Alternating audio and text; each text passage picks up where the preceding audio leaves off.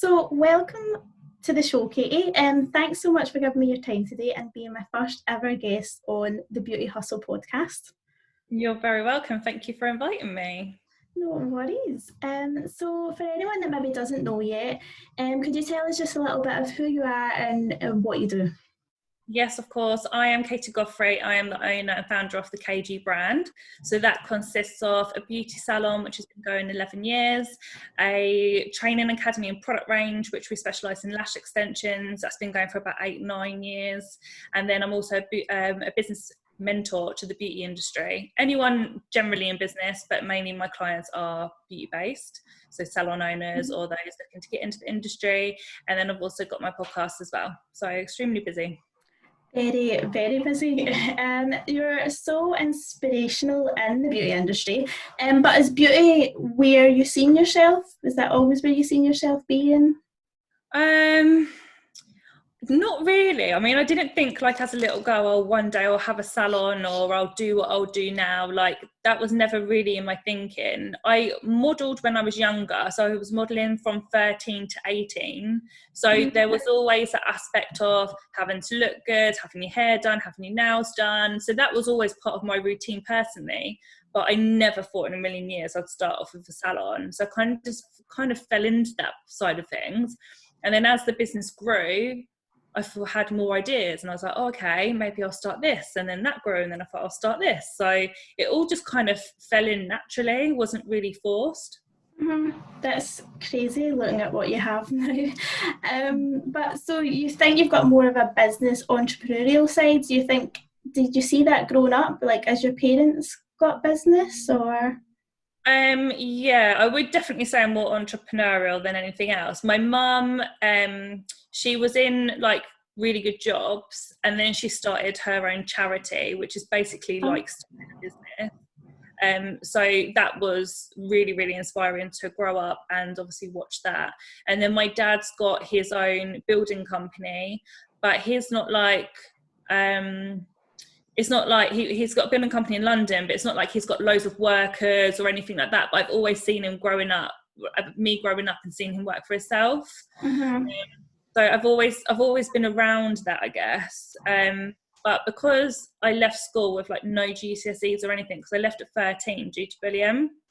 So because I left early and had nothing, I thought, what the hell am I going to do with my life? And obviously, like I said, I was modelling. So I was so used to, it sounds bad, but selling yourself, because that's what you're doing. Like you're trying to fight for winning the jobs when you're going for castings, you're constantly looking for work. So I was so used to kind of trying to get jobs as such, which now I'm trying to get clients or students. It kind of works the same. So I've just been so used to it. Yeah. So younger Katie, I know you just said there about bullying. That must have been horrific when you're 13. But so did you just leave school then with no GCSEs at all? Yeah, literally nothing. My parents pulled me out. Yeah, it got really bad that they were like, we're just not going to send you back to school again. I had a bit of home tutoring. I ended up going into college early, but I literally left with nothing at all. So all the qualifications now is what I've built while I've been in the salon. That's so crazy to see just like how you've grown from leaving at 13. That must be crazy to look back and see that. It is crazy. I mean, you could go one or two ways as well. You could either go the path I've chosen, or you could go the other way and be like, oh, do you know what? I got bullied, this and that. I haven't got anything. I'm just not going to do anything with my life. Or what can I do if I haven't got enough qualifications? But I thought I can't be like that. So I'd rather take the go and do it myself route, really. And do you think that's where your interest then came for building a business? Like you didn't want to be, in the other way of life? Yeah, I don't think I could ever work for anyone else. And I don't think it's not a bad thing working for anyone else at all, but it's just not for me. And I kind of like my freedom. I also I live on stress and pressure. Like, so if I'm under pressure, I work really well and I want to get stuff done. And I think being an entrepreneur gives you that, because you're always working under pressure. I don't like stress. That maybe wasn't the right word, but stress does make you work more as well. So I think you can only really get that from working for yourself and trying to push your own business. Yeah. Yeah, with that, so you have the salon product line training, and they're also successful. But what was that the goal then, to have all the different ventures, or did you just kind of set up with the salon and then you've just thought to grow? So I set up with the salon, literally just the salon in mind, nothing else. Then I remember having like a phone call from a lash brand just out the blue, asking to go on training with them, and they was offering like free training if you brought a kit. So I done that, and as soon as I done it, I just literally fell in love with lashing.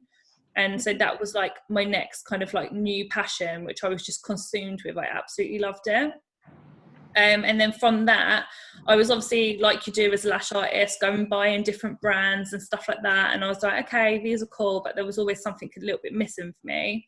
So then I went on to teaching.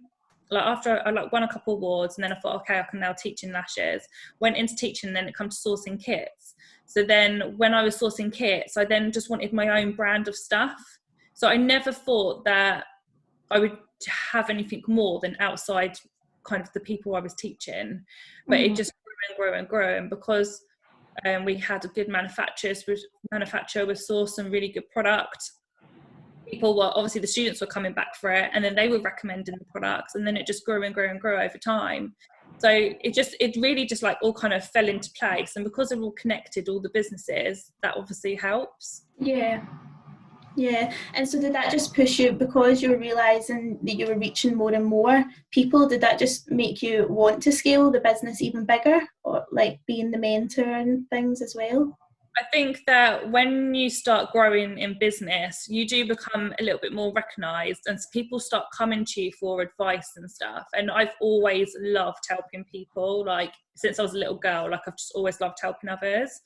So I think when you go on to teaching, them students then always coming to you for advice or recommending you. And then they'll be starting their businesses. So then they'll come to me and be like, oh, how did you do this? How did you do that? And then obviously then my brain thinks, well, I can make another business out of this. Then I go into that. And so it just all was really natural, but I absolutely love business mentoring. I think because I've got my passion of being able to help people, but then I've also got so much like stuff in common with these people, because they're all like in the beauty industry. So we all connect really well. And because I've been in the industry for so long now, like 11 years, I have the answers for everyone when they're starting out. So it just works really well. Yeah. And so how important do you think mentors are then? Extremely important. I think that business is very, very lonely. It's a lonely place, even if you've got teams. Like I have a large team, but it's still lonely. Then they don't want to hear money issues or business issues or any of that. They just want to know what's going on in the salon and making sure their job's okay. Like otherwise they would set up their own business if they wanted the stress of all of that. So I'm very careful not to put anything onto my teams. And then you have to have that someone that understands, that can bounce off you if you've got ideas to share to that person, for them to say, yeah, great idea, or maybe it's not a great idea. And also the main thing is to make you accountable. So if I just turn around to myself and be like, oh, I'm going to do this one day, it will just be something in the back of my mind that I might do one day. Whereas if I then go and tell you, oh, I want to do this within a year's time, you will then make me accountable to be like, okay, have you done that? How are you going to get started? What process are we going to take? So you will make me accountable, which will make me a lot more successful. So that's why most of my students that come to me set goals in the beginning, and more than likely within a year they've hit them. Like, because I'm on their case about it. They know they've told me about it. I've managed to break it down for them to take them steps. That then they hit the goals, and they're like, okay, now what next? What should I do next? What should I do next? Even the most successful people in business have mentors. Richard Branson has a mentor. Like that's how important it is to have that person to bounce off on. And like, you have high days and you have low days in business, you know that. So when you do have them low days, you've got that person to be with. And when you do have them highs, there's someone that actually wants to celebrate with you with no other like agendas. Yeah, totally agree. Obviously, I'm part of your yearly mentorship. You are? That was like a year ago now that I I know. joined. I know. But I totally agree. I think mentors and just like coaching on business has just helped so much. I think that's something that people should, if they're wanting to be more successful, definitely do. Like, I think I've learned in the last year definitely to just, my business has been more serious. I don't know, that sounds maybe Yeah. strange to say, but it just takes a bit more serious when you're held accountable for, like, to you, obviously. Yeah, definitely. I'm glad it's helped you, but yeah, it definitely does help push people. Yeah, it helps definitely push towards the goals that you're thinking of already, and then just makes you go a bit further. Yeah, definitely. And I do think a lot of people in our industry, we are good at treatments and what we do. So often what happens is we think, okay, I'm really good at this treatment. I've got a large client base. I'm going to leave this salon now and go and open up my own salon or go mobile or rent a room or whatever that might be. And because we're so good at that treatment, we just think, well, we've got a client base, they'll follow me. What else do I need to do? But people don't realise there's the bookkeeping type of side of things. There's marketing, there's your outgoings, there's building a website. There's actually so much more stuff behind the business than just doing a treatment. So Mm-hmm. people are technicians becoming business owners and actually don't know what they're doing. So when you go in, it can be very, very messy. So again, it's just stripping it back, seeing how they can guide their business even more than what it is already. Because when you're in it all day long and you're not seeing anything else, it's very hard to break that all down and do it yourself. Yeah, and sometimes I think it's sometimes very fast that you're kind of that business owner. Like, you've trained to be the lash tech or beauty therapist, but then when you start to branch out yourself, you're all of a sudden this business owner that should be able to run the business like great. Where I think that's where a mentor really is great for that side of things, like introducing you to all the things that you Yeah. need. So you can be the best nail technician, the best eyelash technician, the best hairdresser, but it doesn't mean that you're a good business owner. And that's what people need to learn, because it's two completely different job roles. Yeah, definitely. So speaking of goals, where do you see the KG brand in 10 years' time? Oh, 10 years time, I hope I've sold it all and I'm sitting on a beach somewhere. um, I want the business mentoring side of things to grow even more. So I want to connect with even more business owners. I want my training academy to scale more than what it is already. So at the moment we're in 5 locations across the UK, but I want to try and hit like at least every city. So then at least when people do inquire for training, it doesn't matter where they are, we'll be able to help them. So that's kind of my goal with the business. The salon is a salon, like it's extremely busy already. Obviously everyone can be busier, so there's that. But yeah, I just want to reach as many business owners as I can to be able to help them grow their business. Yeah. That sounds so good. So we're all going through the pandemic at the moment. We are. And so what do you think you're learning from it though, without obviously looking at it negatively? What do you think you're learning today that you can apply to the business, that if it happened in 5 years' time again, would you be a bit more prepared? Or I'm learning that to take a breather. It's okay to take a breather from business and work. Like sometimes when you're in it so much, you just don't stop. So I'm not grateful for obviously what's happening in the world because it's awful, and I'm desperate to go back now because I'm just had enough. But at the same time, I am grateful for this break that we've had, because without this, us as business owners would never have stopped. And what I mean by that is I haven't stopped, like I've still been working every day, but it hasn't been stressful. It's been at my pace that I want it to be at. My phone hasn't been going every second with different things that are going on in the businesses. Like it's been at my own space and time, and while I can still look after myself and my family and stuff while I'm running the business. And I do that anyway, but I think my life is consumed by my business. And I think when I go back, I say I'm going to try not to let it, and most probably will again, but I am going to try for that to happen. If to be more prepared if this ever was to happen again, I'm very good when it comes to finances, but I think there's a lot of people that aren't. So what I've been seeing is that people have nothing left because they didn't really have anything other than what their bills would have given them in the first place. So to have like 2, 3, 4 months cushion, I think is very, very important.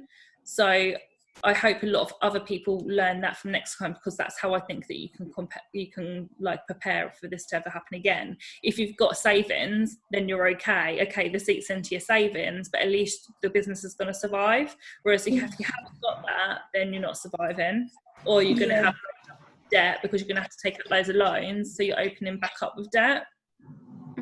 Yeah, I think I totally agree. I think that's the biggest lesson is like, I think people are really going to change the way they do run their businesses, hopefully, like rather than just, you know, maybe spending too much on other things.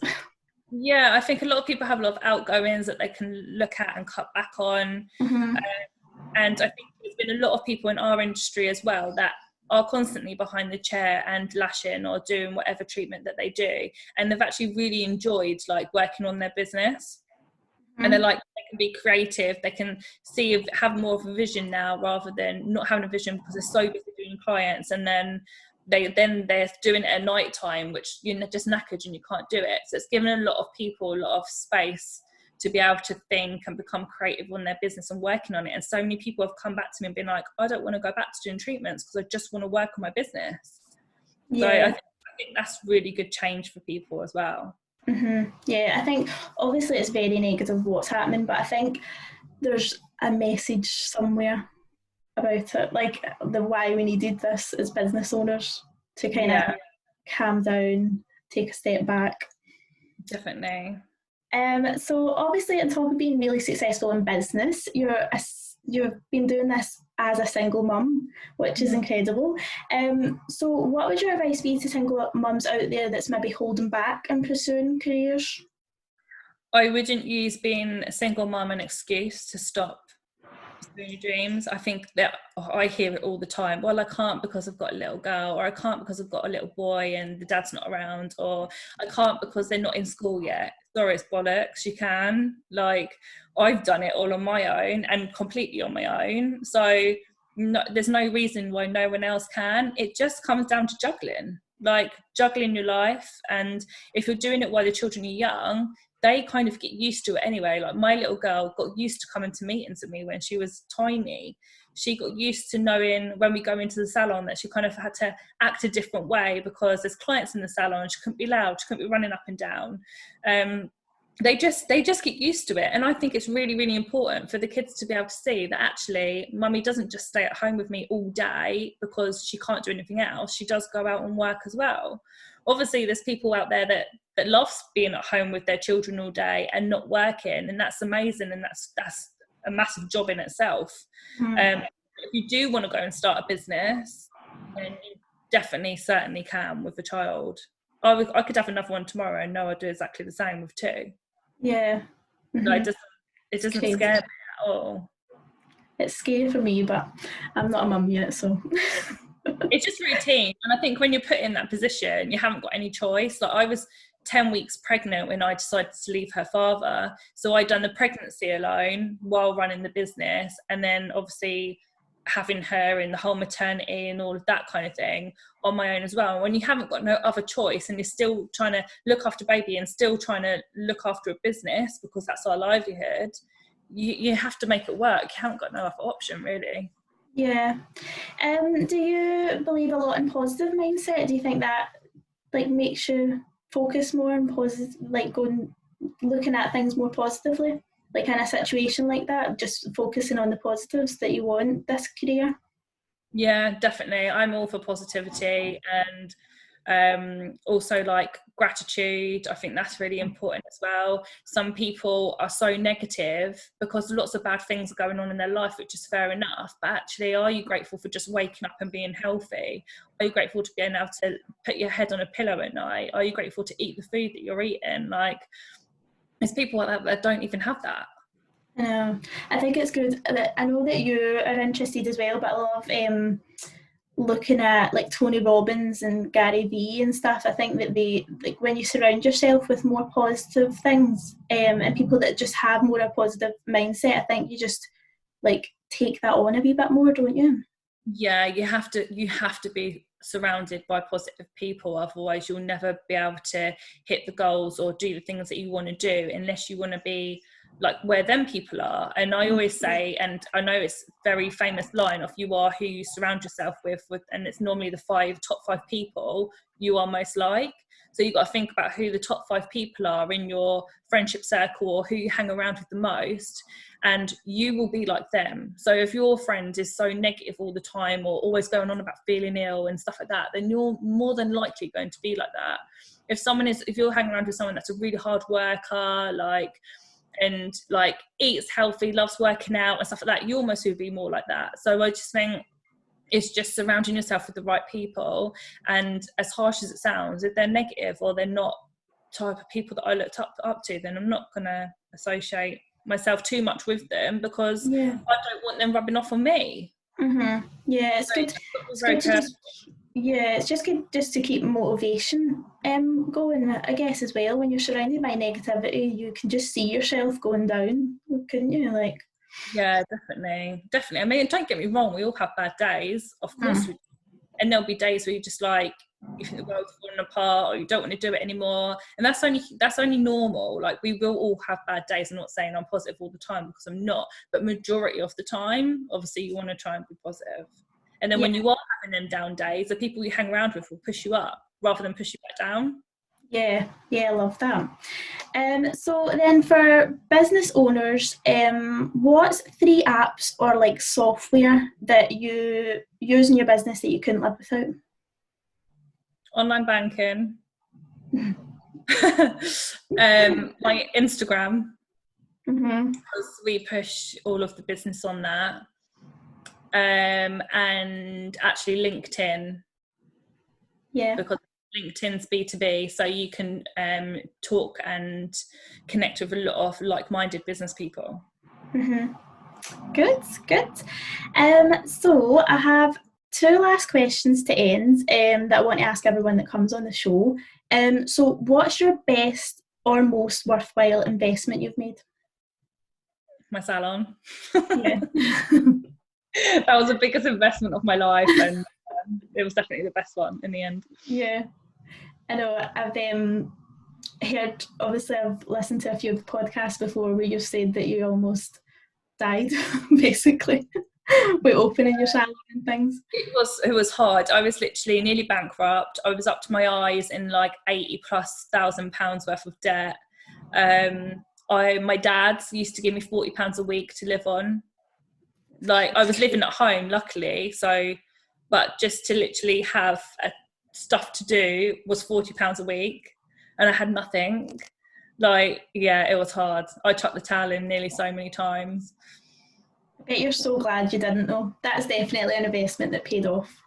Oh, definitely. And even when it comes to business now, and like the new businesses, you've got sometimes, like, you've got to think, well, imagine if I chucked the towel in now at KG Salon, we wouldn't be where we are now. So another business, you've got to realise, well, that's going to be hard as well. It doesn't matter how successful you are, how many times you've done it, starting new businesses are always going to be hard. Yeah. And so in the last 5 years, what's your new habit or belief that's improved your life?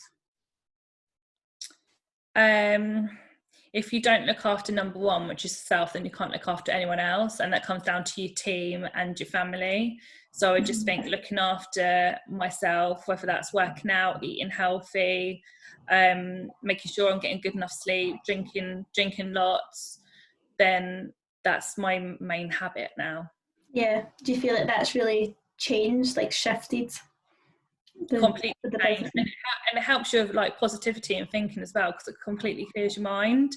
So if I eat rubbish and miss working out, that day I most probably will be a little bit lower than I would be if I ate healthy and had a workout in the morning. It's just, I make sure that it's part of my morning routine now, so it's done, and then I can be busy with my day rather than being busy and then thinking, God, I've got this and this and this in. So I'll make sure it's all done in the morning. I get up really early and just make sure it's done, and then it just sets you up.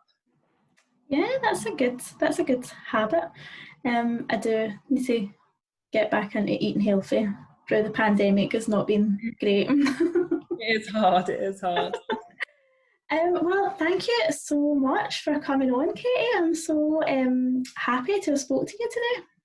You're welcome. Thanks for inviting me. No worries at all.